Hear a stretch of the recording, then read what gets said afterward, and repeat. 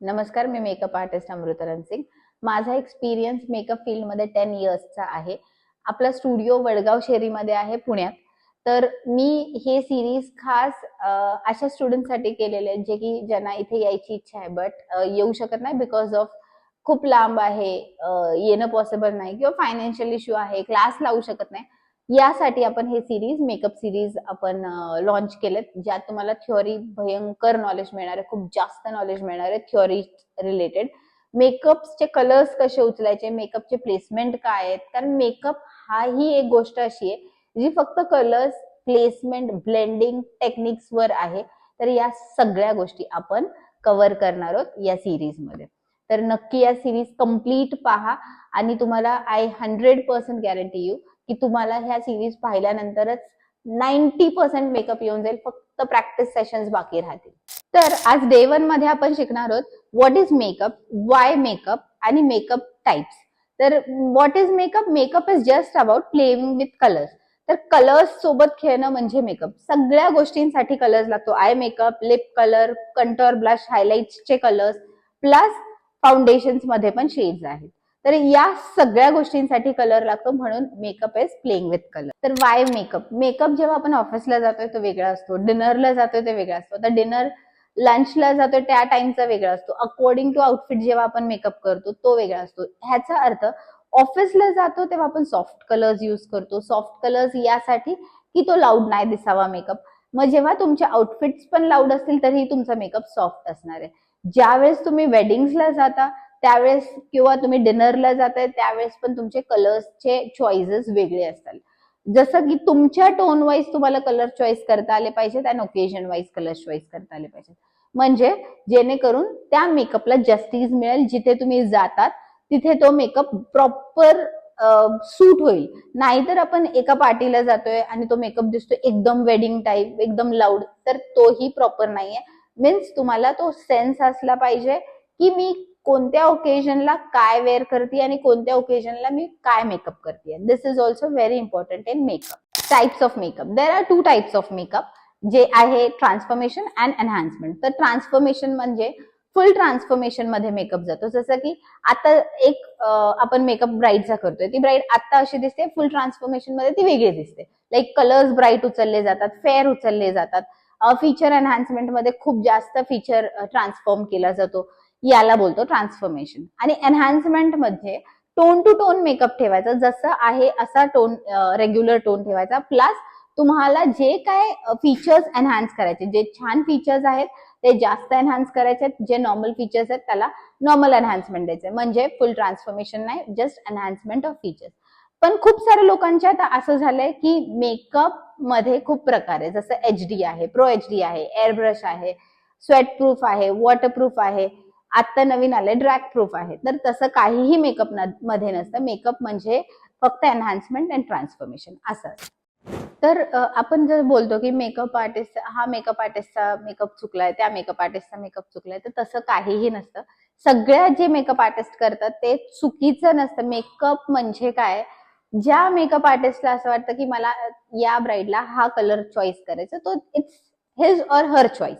तर तुम्हाला फक्त हे लक्षात आलं पाहिजे, मेकअप केल्यानंतर एक वाव फॅक्टर आला पाहिजे, म्हणजे तो मेकअप जास्त एनहान्स झालाय असं बोलू शकतो आपण. मेकअप खराब झालाय असं नाही बोलतायत. तर तुम्हाला हे माहिती पाहिजे मेकअप मध्ये की कलर्स कोणत्या टोनला कसे उचलायचे. जसं की डस्की टोन आहे, मी लाइटर कलर्स उचलले तर ते अजून डस्की दिसतील.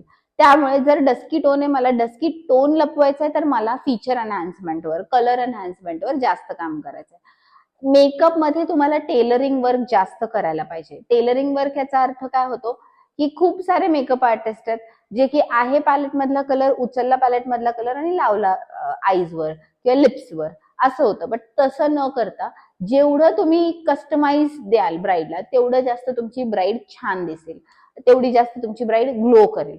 जसं की फाउंडेशन्स मध्ये पण आहे तो टोन फाउंडेशन मधला उचलला, लावला फेसला. सगळ्यांचे फेस कलर, सगळ्यांचे टोन सेम नसतात. तुम्हाला वेगवेगळे फेस टोन्स आहेत, वेगवेगळे कलर्स आहेत फेसचे. ते कलर्स त्याच्या हिशोबाने तुम्हाला फाउंडेशन प्रिपेअर करायचे. कारण फाउंडेशन येतो एका शेडमध्ये, म्हणजे भरपूर शेड्स आहेत पण आपण 3-4 शेड्स बाय करतो.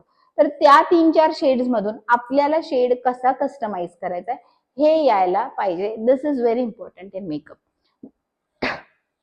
टेलरिंग वर्क मी जे बोलले, कस्टमायझेशन मी बोलले, तर कस्टमायझेशन म्हणजे काय, जर माझा आय सॉकेट किंवा माझ्या ब्राईडचा आय सॉकेट छोटा आहे, छोटा इन द सेन्स तो पूर्ण छोटा नसतो, की इनर कॉर्नर छोटा असतो, आउटर कॉर्नर छोटा असतो और मिड छोटा असतो, तर ह्याच्या हिशोबाने आय सॉकेटच्या हिशोबाने तुम्हाला क्रीजिंग ड्रॉ करता आली पाहिजे. व्हॉट इज क्रीजिंग नाव? क्रीजिंग म्हणजे जो आपला आय ओपनिंग एरिया असतो, हा जो आय ओपनिंग एरिया आहे त्याला क्रीज बोलतात.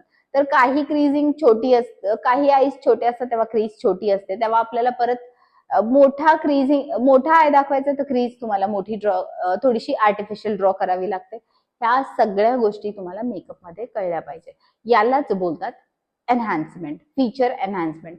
जिथे छोटे फीचर्स आहेत तिथे तुम्हाला मोठे दाखवायचे, जेव्हा जिथे आपल्याला मोठे फीचर्स आहेत ते थोडेसे कमी दाखवायचे, तिथे कंटोरने आपल्याला कमी दाखवायचे. हे तुम्हाला जमलं पाहिजे. This is very important in makeup. कारण आजकालच्या ब्राईडची रिक्वायरमेंट काय आहे? आजच्या ब्राईडची रिक्वायरमेंट ही आहे की मी आहे अशीच दिसली पाहिजे, माझा आहे हाच टोन दिसला पाहिजे, टोन माझा एनहान्स नाही झाला पाहिजे, टोन माझा फेअर नाही झाला पाहिजे, माझा टोन सेम दिसावा आणि माझे फेशियल फीचर्स जास्त एनहान्स्ड व्हावेत. जसं की आता समजा एखाद्या ब्राईडचं नोज थोडंसं मोठं आहे, तर त्या नोजला तिचा हे एक रिक्वायरमेंट असते की माझं जर नोज थोडंसं बल्की आहे, मोठं आहे, तर ते थोडंसं कमी दिसलं पाहिजे, इतकं पण नाही बट ते मला छान दिसेल असं दिसलं पाहिजे. तर दिस इज व्हॉट मेकअप इज. तुम्हाला समजलं पाहिजे कोणत्या फीचरला कुठे एनहान्समेंट द्यायचंय. ओके, तर आपण जाऊयात आता कलर्स मध्ये. कलर्सच्या बाबतीत जर विचार केला तर it is a very big theory कलर्सची. प्रत्येक आर्टिस्टची एक वेगळी थ्योरी असते. तर आपण ट्रान्सफॉर्मेशन मध्ये बोलतो. ट्रान्सफॉर्मेशन मध्ये तुम्हाला समजलं पाहिजे makeup 3D, HD, pro HD असं काहीही नसतं. All is about product. तर हा पूर्ण गेम प्रोडक्टचा असतो. आता तुम्ही असं समजताल की प्रोडक्ट हेवी हाय एंड ब्रँड्सचे, लक्झरी ब्रँड्सचे असतील तरच माझे मेकअप चांगले होतील, तर असं काहीही नाहीये. तुमच्या हातात जर प्रॉपर स्किल असेल तर तुम्ही कोणताही मेकअप कशाही प्रोडक्ट्सवर करू शकता.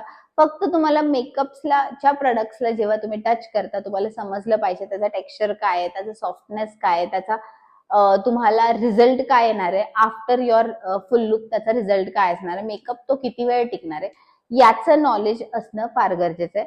त्यामुळे तुम्हाला आता इथून पुढे क्लिअरिटी ठेवा मेकअप मध्ये की मेकअप दोनच सेक्टर मध्ये डिवाइड होतो. एक आहे एनहान्समेंट आणि सेकंड आहे ट्रान्सफॉर्मेशन. तर तुम्हाला कसा वाटला हा व्हिडिओ, ही डे 1 ची सिरीज. मी खूप साऱ्या अशा सिरीज टाकणार आहे, युट्यूबला पोस्ट करणार आहे. सबस्क्राईब, लाईक आणि शेअर नक्की करा. तुम्हाला काय अजून शिकायचं हे कमेंट बॉक्समध्ये नक्की सांगा.